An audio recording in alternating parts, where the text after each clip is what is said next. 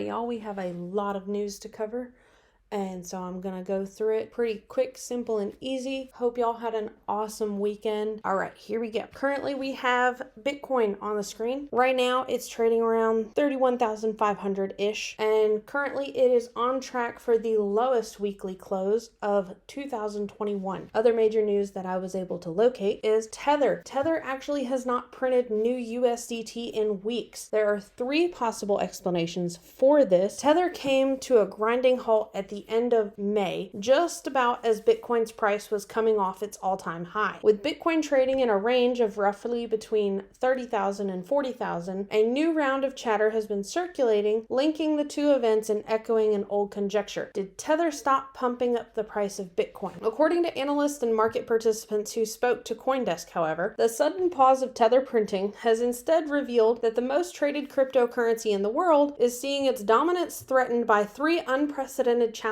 combining in a perfect storm to rattle the stablecoin. Trouble in its biggest geographic market has made it hard for traders there to buy USDT with fiat. One of the USDT's most promising competitors appears to be gaining market share, and regulatory pressure around the world is increasing. An executive from Tether, while acknowledging the demand for USDT has fallen, argued that the trend is not exclusive to the token. Demand for Tether ebbs and flows and has been impacted by lower demand in recent weeks. Paolo Ardino, chief technological officer at Tether, said in a written response via a spokesperson, noting that USDT is not the only stablecoin that has seen reduced demand. This, of course, is in response to China's crackdown on crypto, USDC on the rise, and crypto bears versus the Tether's vulnerability. That is one of the lingering problems of USDT and its reputation within the crypto community. Bank of America, we talked about them last week. They are approving Bitcoin futures trading for some select clients, according to recent sources. They are in the process of being set up with some that are already live. For the futures, Bank of America will be using the CME futures, according to one of the sources. Bank of America did decline to comment. Now, CME Bitcoin futures were launched in 2017. In May, the CME launched its micro Bitcoin futures products in an attempt to capitalize on Bitcoin's price rally. Earlier this year, CME took the prime spot on the list of the biggest Bitcoin futures trading platforms, indicating a continued rise in institutional participation. The total open interest in the Bitcoin futures market is sitting at approximately 11.3 billion, down 59% from its April 13 peak of 27.3 billion, according to Arcane Research. Dogecoin actually spiked up approximately 10% after Elon Musk updated his Twitter picture to Doge Eyes. After the Twitter post update, the price of Dogecoin hit 19 cents, and it is a headshot of him wearing mirrored avatars bearing the reflection of the viral Shiba Inu meme in which Dogecoin is based. His choice of Doge Eyes to signify his fidelity to Dogecoin is most likely a reference to Bitcoin's laser ray until 100k meme, an ongoing craze where Bitcoiners add laser eyes to their social media profile pictures to signal their allegiance. Musk was briefly a part of the craze, alongside MicroStrategy's Michael Saylor, who has kept the laser eyes to this day. Dogecoin's overnight price spike still leaves the cryptocurrency 11% less valuable than it was 7 days ago, according to crypto data CoinMarketCap. Dubai has actually announced that the Emirates NBD issues a crypto investment warning. What that means is the Dubai-based bank Emirates NBD, or ENBD, cautioned customers on crypto investments. Notably, the bank issued the warning during its recent update webinar. The warning was due to the volatile nature of Bitcoin and other cryptos. In fact, the bank's head of asset allocation and quantitative strategies noted the digital currency's volatility must subside for its broader adoption within finance. And last one for Bitcoin, and then I'll move on to Ethereum, is Tennessee mayor has actually called for Bitcoin to be the only fix for inflation and announces new strategy to embrace Bitcoin. Mayor Scott Conger says that he's gravely concerned about the rapid rise of inflation in the country, as he offers hammers a way out of the US dollar's deteriorating value. Why do we accept inflation? Why don't we demand more from our federal government? 6.3% in 2 years, 172.8% in my lifetime. Every year our dollar is worth less. There is no rebound. There is only one fix for this: